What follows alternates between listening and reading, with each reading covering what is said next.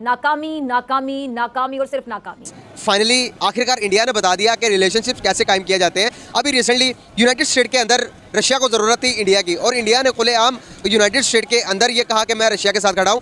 Now Kashmiris they have understood, I guess awareness आ चुकी है कि कौन उनका फायदा उठा रहा था उनकी इमोशंस का। अब जो मसला है वो है कि कुछ चंद कश्मीरी ऐसे हैं जो शॉर्टकट में पैसे कमाने के जरिए ढूंढ रहे हैं। आप क्या समझते हैं हमारी फौज में? मेरी बात सुने, आपको क्या लगता है हमारी फौज में इतनी हिम्मत नहीं है? सर हमारी फौज में इतनी हिम्मत है कि हमारे सामने आके खड़ी होती है टैंकों के सामने। पाकिस्तान के बंदों के सामने सिर्फ खड़ा हो सकते हैं और किसी के सामने नहीं खड़े हो सकते।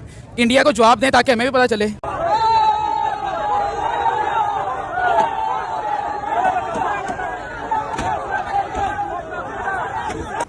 माय गॉड, उस फौज को जिसको हम सलाम करते रहे, उन इदारों को जिनको हम सलूट करते रहे कि ये हमारी इज्जतों की, माओ बहनों की इज्जतों के ये सारे के सारे मुहाफिज हैं, उन्होंने कल क्या किया है? उन्होंने तो उन्हीं माओ बहनों की इज्जतें तार तार कर दी। यानी जी एक तो थोड़ा सा, क्योंकि आप कश्मीर में रहती हैं, ये ओवरऑल ये बात कही जा रही कि हालात बेहतर हुए, लेकिन शायद उतनी बेहतरी नहीं आई, मजीद गुंजाइश है। ये बात सही है कि जो इंडिया की मुखालफत में काम करते थे, सेक्सेशनिस्ट बोल दीजिए, सेपरेटिस्ट बोल दीजिए, उनके लिए जो एक फेवरेटिज्म था कश्मीरी सोसाइटी में, वो खत्म हो चुका है। Now Kashmiris they have understood कौन उनका फायदा उठा रहा था उनकी इमोशंस का, और कौन सचमुच उनकी बेहतरी के लिए काम कर रहा है, कि उनकी प्रोग्रेस के लिए काम कर रहा है। अब जो मसला है वो है कि कुछ चंद कश्मीरी ऐसे हैं जो शॉर्टकट में पैसे कमाने के जरिए ढूंढ रहे हैं। तो वो, जैसे कि आपने सुना होगा, कुछ महीने पहले जर्नलिस्ट पकड़े गए थे जिनकी बैग में बरामद हुए ग्रेनेड्स। तो मतलब कुछ ऐसे अभी भी सोसाइटी में कुछ ऐसे एलिमेंट्स हैं, मैं बोलूं हर एक दूसरे तीसरे दिन जो है गिलानी साहब हड़ताल अनाउंस कर देते थे, तो हर दूसरे तीसरे दिन छुट्टी रहती, ऑफिस से छुट्टी, स्कूल से छुट्टी। अब वो सब नहीं होता ना। सर इंडिया के अगर बयान को, अगर हमारी फौज में अगर इतनी हिम्मत है तो फिर उनको इस बयान का जवाब देना क्यों नहीं दे रहे हैं? आप क्या समझते हैं हमारी फौज में? मेरी बात सुने, आपको क्या लगता है हमारी फौज में इतनी हिम्मत नहीं है? सर हमारी फौज में इतनी हिम्मत है कि हमारे सामने आके खड़ी होती है टैंकों के सामने। कल मैं था कैंट में, हमारे सामने उन्होंने कैंट लाके खड़े कर दिए हैं। हमारे सामने फौजी आके बंदूक तान के खड़े हो गए। क्या ये सिर्फ यही है? पाकिस्तान के बंदों के सामने सिर्फ खड़ा हो सकते हैं और किसी के सामने नहीं खड़े हो सकते। इंडिया को जवाब दें ताकि हमें भी पता चले। मैं आज आपको एक काउंटर प्रपोजल देने लगी हूँ कि ये जो पाकिस्तान में एक ढोंग है ना डेमोक्रेसी का, अच्छा, इतने पैसे लगते हैं असेंबलियों पे, इतने पैसे लगते हैं इलेक्शंस पे, हुकूमत तो किसी और की है। मुझे कई दफ़ा मैं पाकिस्तान को देखती हूँ, मुझे लगता है country at war with itself. आपके हुकूमती इदारे, जो बहुत बड़ा इदारा है जिसके अफसरों के हम नाम नहीं ले सकते मीडिया चैनल्स पे, वो इदारा बहुत स्ट्रॉन्ग है। अस्करी बैंक हो, फौजी फर्टिलाइज़र हो, फौजी सीरियल हो, NLC हो, FWO हो, वो सारे इदारे, उनके स्कूल्स देखें, उनके आप कॉलेजेस देखें, विच इज़ वेरी गुड, बहुत अच्छा लगता है। आप पढ़ा लें बच्चों को। मेरी गुजारिश सुन लेना आप, नास्ट हो, आर्मी पब्लिक स्कूल हो, दे आर द टॉप। उसके कंपैरिजन में और आप उसके मुकाबले में सिविल हुकूमत, सिविल ब्यूरोक्रेसी, सिविल स्कूल्स, मतलब गवर्नमेंट के so called civilian school, civilian जो गवर्नमेंट ओन्ड यूनिवर्सिटीज़ हैं, गवर्नमेंट ओन्ड इंस्टीट्यूशंस हैं, खा वो PIA हो, खा वो कुछ भी हो, आप उनका हाल देखें कि सब कुछ इतना ख़राब है कि कोई इज्जतदार आदमी ना तो गवर्नमेंट स्कूल में जाना चाहेगा, आजकल PIA से कोई ट्रैवल नहीं करना चाह रहा। मतलब आपकी स्टील मिल से लेकर हर चीज़ ख़राब है। शहबाज शरीफ का चीन का 2 रोज़ा दौरा मुकम्मल हुआ, सरकारी दौरा था, और उसके अख्ताम पर एक मुश्तरका एलामिया इशू हुआ। तो 47 पैराग्राफ की जॉइंट स्टेटमेंट है, इसमें तो कोई ख़ास बात है नहीं, और दौरा एक लिहाज से कोई इतना कामयाब साबित नहीं हुआ। पाकिस्तान ने एक दरख्वास्त की थी कि जो $6.3 बिलियन का डेट है उसको रोल ओवर किया जाए, ताकि पाकिस्तान की जो इस वक्त सूरत हाल है कि हम ये रकम पे कर सकें चाइना को। तो चूँकि उसका जिक्र नहीं है, और फिर CPEC के लिए एक इम्पॉर्टेंट प्रोजेक्ट है, वो कि उसका जिक्र तो है लेकिन उसको भी जो है वैसे ही छोड़ दिया गया है फर्दर नेगोशिएशंस के लिए, फर्दर टॉक्स के लिए।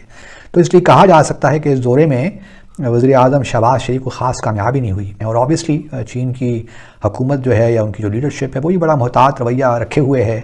उनको भी अभी कतियत के साथ नहीं कहा जा सकता कि मामला किस तरफ जाएंगे। तो इस वजह से थोड़ा बहुत एक बेयकीनी की सूरत हाल है। अब बाकी के इंडिया की तरह आपको रोज ऑफिस जाना है जैसे बाकी इंडियंस करते हैं, काम करना ही करना है वहाँ, तो इससे उनको दिक्कत हो रही है, विच इज ऑब्वियस, क्योंकि इनको आराम की आदत हो गई थी। मैं और बताऊंगी, इनको फ्री की इलेक्ट्रिसिटी की आदत हो गई थी। अब यहाँ पे अदानी के मीटर बॉक्सेस जा रहे हैं हर जगह, बिल्स नहीं दिए जाते थे लोगों से। मतलब आप कितना भी इलेक्ट्रिसिटी यूज कर लो, आपका बिल होता है फिक्स्ड। हाँ, अब क्या है, मीटर आ गया है, तो अब इनको दिक्कत हो रही है, ये उठा के मीटर बॉक्सेस उठा के फेंक रही है गवर्नमेंट, हमें लूट लेगी, हमें खत्म कर देगी, हमें ये। So that acceptance level will rise जब उनको पता चलेगा कि they are like any other Indians, और जैसे बाकी इंडियंस रह रहे हैं इनको भी वैसे ही रहना पड़ेगा। बिकॉज अगर आप फायदे उठा रहे हो कंट्री का, तो आपको उसकी ड्यूटीज भी निभानी चाहिए। अगर हम बात करें अपने नेबर कंट्री इंडिया की, ठीक है, तो वहाँ पर K4 मिसाइल, अग्नि मिसाइल, इस तरह की चीज़ें लॉन्च हो रही हैं। उनके जो डिफेंस मिनिस्टर हैं राजनाथ सिंह, उन्होंने कहा है कि जी हमने पूरी तैयारी कर लिया पाकिस्तान से गिलगित बल्तिस्तान और जो है कश्मीर लेने की, जो हमारा ऑक्युपाइड कश्मीर, आज़ाद कश्मीर है। तो क्या कहना चाहेंगे कि पाकिस्तान को इन मामलात के साथ अपने डिफेंस पे या अपने दूसरे मामलात पे किस तरह से नजर रखनी चाहिए? डिफेंस सिस्टम तो कल आपने हमारे पाकिस्तान का देख लिया था ना, वो टैंक, वो तोपें तो हमने दुश्मनों से लड़ने के लिए मंगवाई हुई थी, वो उन्होंने अपनी आवाम पे निकाली। तो हमारी अभी जो चल रही है स्ट्रगल, जो चल रही है वो यही है कि पहले हमें आज़ादी तो दें, हम अपनी ज़िंदगी अपने ही वतन में किस तरह से गुलामों की तरह गुजारे हैं। तो ये सही मामलात नहीं है। किसी भी घर की तमीर, किसी भी कौम की तमीर की एक शुरुआत होती है, हम शुरुआत पे खड़े हुए हैं। जो पीछे 70 साल हमने गुजारे, ये तो हमने धोखे में गुजार दिए। उस फौज को जिसको हम सलाम करते रहे, उन इदारों को जिनको हम सलूट करते रहे कि ये हमारी इज्जतों की, माओ बहनों की इज्जतों के ये सारे के सारे मुहाफिज हैं, उन्होंने कल क्या किया है आज़म सवाती के साथ? उन्होंने तो उन्हीं माओ बहनों की इज्जतें तार तार कर दी।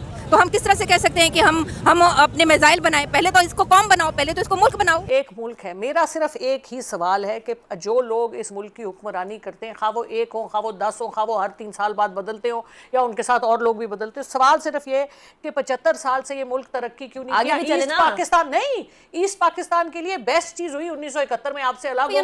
आज वो देखिए कहाँ पहुंच गए। यूनिवर्सिटीज का क्या बना? अच्छी यूनिवर्सिटीज बनी होती तो 3.5 साल के अंदर बड़ा देखिए, बात सुने, 3.5 साल हमने हुकूमत नहीं यार, बात 3.5 साल में हमने कोविड के बावजूद 6 आपका चला गया था 6% GDP, अभी लेस देन 1% है। और ये जो इतने बड़े हातम ताई हैं हमारे, जो बड़े अहल थे, जो बड़े कामयाब थे, नहीं जो 20-20, 30-30 साल से हुकूमतें करके आ रहे हैं, जो 1989 में पहली दफा सरिया दे के जिलानी साहब का घर बना के जो हुकूमत में आए और फिर उसके बाद चलते रहे, इनसे पूछे इन्होंने क्या किया? यानी कि 30 साल से अगर इतने बड़े महान है ना, इन्होंने डैम बनाए, इन्होंने एक मोटरवे बनाई, वो मोटरवे पे एवन फील्ड अपार्टमेंट्स तो बन गए, लेकिन उसके आगे पाकिस्तान कहीं ना बढ़ा। लैपटॉप स्कीमें इन्होंने दी, येलो 6% पे छोड़ के गए थे, तो इतने अच्छे थे, तो वापस क्यों नहीं इलेक्ट हुए? मैं थोड़ा बहुत, मुझे एक लिहाज से इसमें शायद मैं अपने आप कंफर्टेबल फील नहीं करता। एक पैराग्राफ 7 में पाकिस्तान, जहां हमने चीन का 1 चाइना पॉलिसी के हवाले से चीन को सपोर्ट किया, ताइवान में, हांगकांग में, शिंगयांग में, तो वहाँ पे चीन ने हमारी सॉवरेंटी और टेरिटोरियल इंटेग्रिटी और सिक्योरिटी का मुझे नहीं मालूम कि क्यों इसमें ये मेंशन हुआ, क्योंकि हम खुद एक न्यूक्लियर पावर हैं, तो हमें इस किस्म की गारंटी तो नहीं चाहिए। It will take them some time, क्योंकि इनको इतना ब्रेन वॉश किया गया था एक जमाने में कि हम कश्मीरी हैं, हम अलग हैं, हम इंडियन नहीं है, हालांकि पैसे सारे इंडियन गवर्नमेंट से लेते थे। अच्छा, ये ना एक चीज और है कि कश्मीरी पंडित वो कह रहे हैं कि ये हम यहाँ पे सिक्योर, जो जिस तरह आपने भी बताया कि वो सिक्योर फील नहीं करते।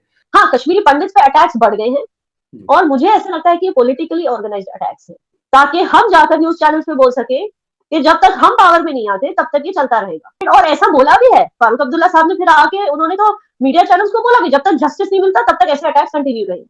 And the whole nation was shocked कि कोई इतना इनकम्पैशनेट कैसे हो सकता है। तो मैम, इंडिया के इस बयान को आप किस तरह से देखती हैं कि उनकी तरफ से कहा जा रहा है कि हम गिलगित बल्तिस्तान भी ले लेंगे और आज़ाद कश्मीर जो है वो भी ले लेंगे, हम पूरी तैयारी। पाकिस्तान जो है, राइवलरीज जो है वो इंडिया से चाइना की बनिस्बत ज़्यादा है, ठीक है। चाइना जैसा एक मजबूत कंट्री, इंडिया के ये जो एक्सपेरिमेंट होने जा रहा है K4 मिसाइल का या अग्नि मिसाइल का, इन दोनों में से एक मिसाइल का एक्सपेरिमेंट करेंगे वो, चाइना जैसा स्ट्रॉन्ग कंट्री इस चीज़ से बहुत परेशान है। लेकिन पाकिस्तान को देखें तो पाकिस्तान जो है अपने इंटरनल जो प्रॉब्लम्स हैं उन्हीं को लेकर जो है प्रोटेस्ट कर रहा है।